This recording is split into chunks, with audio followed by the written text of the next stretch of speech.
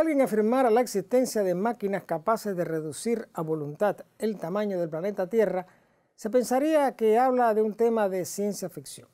No obstante, es lo cierto que tales ingenios existen y ahora mismo, en todo el mundo, tal fenómeno está sucediendo millones de veces en un segundo cuando se operan artificios capaces de borrar las distancias entre dos puntos distantes del orbe en tiempo real.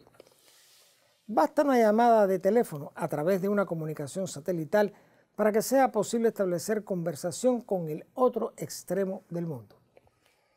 De igual modo, la distancia entre ciudades o países depende tanto de la medida física en cuanto a longitud, como del tiempo que se emplea en recorrerla, según el medio que se emplee para ello y su velocidad. De este hecho evidente se desprende una realidad. El transporte es un elemento consustancial con el desarrollo, toda vez que la vida moderna contiene premisas que solo pueden ser garantizadas por una efectiva transportación. Cuando Cristóbal Colón llegó a las tierras de América con la pretensión de haber arribado a las Indias, llevaba consigo cartas del Papa y de los reyes católicos para el Gran Khan, soberano de los vastos dominios asiáticos, según lo describiera Marco Polo en el siglo XIII. Lo que el almirante ignoraba es que este poderoso soberano y su imperio habían desaparecido ya hacía 200 años.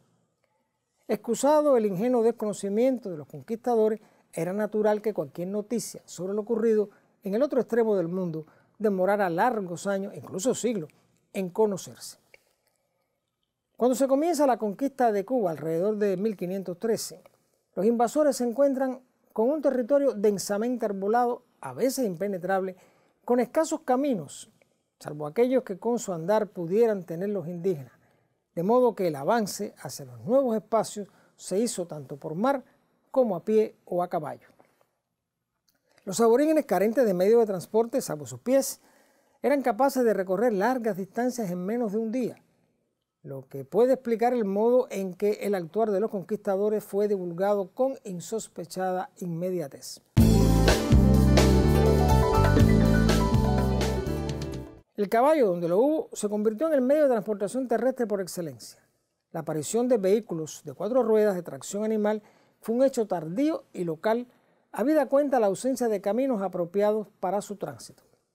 En Matanzas, en lo particular, este medio no se desarrolla sino hasta entrado el siglo XVIII y alcanza su mayor importancia luego de la creación del puerto en 1793 por ser obligado el traslado de mercancía. Una carta desde España a Cuba podía demorar más de un mes en dependencia de los avatares de la travesía, siempre en riesgo de la pérdida, como harto ocurrió, incluso en el siglo XX, de modo que el curso de la vida estaba obligado a atemperarse a este medio de transporte. Cualquier noticia de importancia, tales como reales órdenes para el regimiento de la vida colonial, el nacimiento de un príncipe, la muerte del monarca de turno o su ascenso al trono, estaban dilatados por la antedicha peregrina navegación.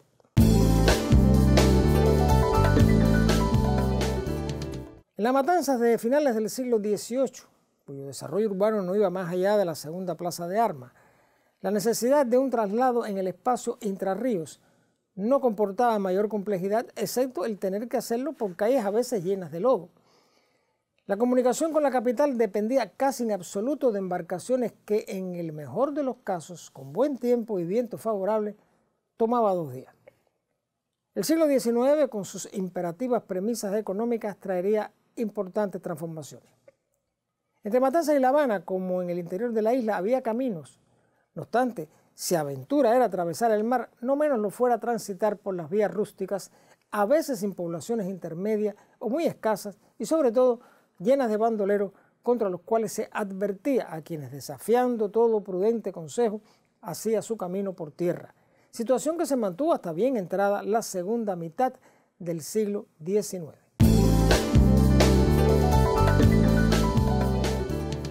Cuando en 1819 aparece el barco de vapor con 2 viajes semanales desde Matanzas a La Habana, la distancia física entre ambas ciudades dependía de la celeridad del nuevo medio de transporte. Hasta ese momento, la navegación a vela, sobre todo la comercial, era el medio más avanzado en materia de largos tramos. El navío, movido por ruedas a fuerza del vapor, Era una nueva maravilla tecnológica a la que había que acostumbrarse, aunque siempre lo más acertado fuera aquello tenido por seguro. No obstante, uno de los principales beneficiarios fue el servicio de correos. El próximo salto tecnológico fue el ferrocarril. A principios de 1830, el gobernador de Cuba, Dionisio Vives, recibió una carta del inventor y publicista andaluz Marcelino Calero, recabando su apoyo para un proyecto ferroviario, hecho que vino a concretarse hacia 1832, sobre todo por la acogida favorable del criollo don Claudio Martínez de Pinillo, conde de Villanueva, intendente de Hacienda.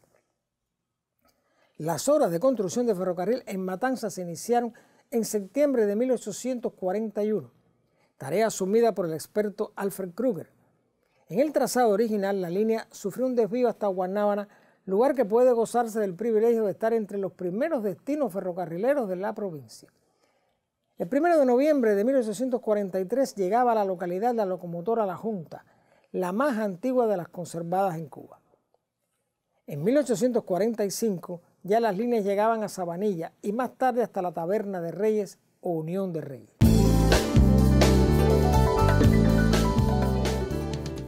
Mientras el carruaje individual fue ganando espacio. Los primeros coches carecían por completo de comodidad.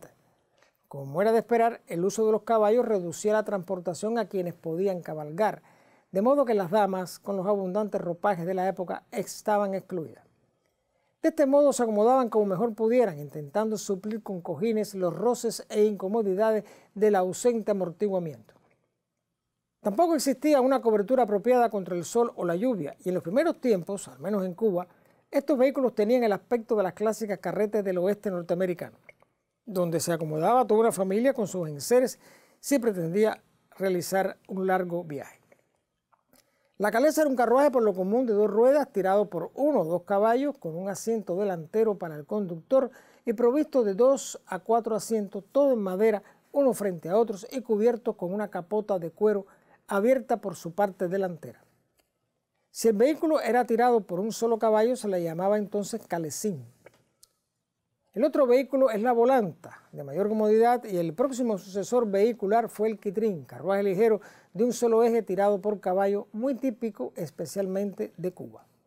En su estructura era semejante al cabriolé, pero adaptado a las particularidades del país.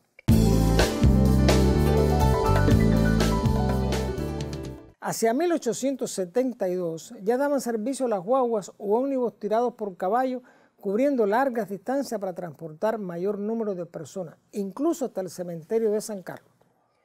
Con el avance del siglo y principios del XX, casi de manera simultánea aparecen el automóvil y luego el tranvía. En Matanzas el tranvía comenzó a funcionar el 17 de diciembre de 1916, con el nombre de Ferrocarril Eléctrico de Matanzas Sociedad Anónima, con domicilio legal en Pueblo Nuevo, en las calles San Carlos y Recurso. Para la fecha, la extensión de la ciudad, unido al crecimiento poblacional, obligaba a disponer de un transporte eficiente, seguro y abarcador, capaz de satisfacer las exigencias de su tiempo. El tranvía en Matanzas hizo su último viaje en 1954, cuando los ómnibus de gasolina se fueron poniendo de moda y ya el mantenimiento de vías y vehículos se hacía poco o nada rentable. El único vehículo que guarda hoy semejanza con el tranvía es el tren eléctrico de Jersey, único de su tipo en Cuba.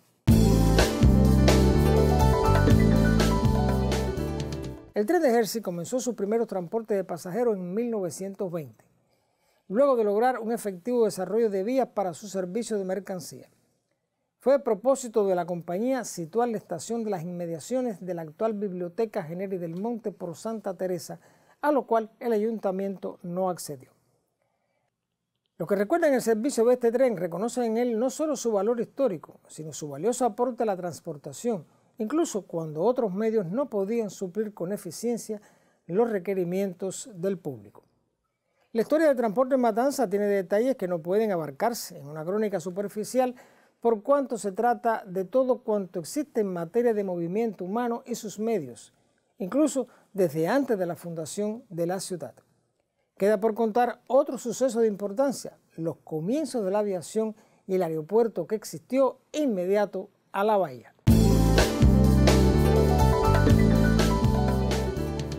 Los invito y los convoco para un nuevo encuentro con la historia y el recuerdo, porque la memoria es la dueña del tiempo.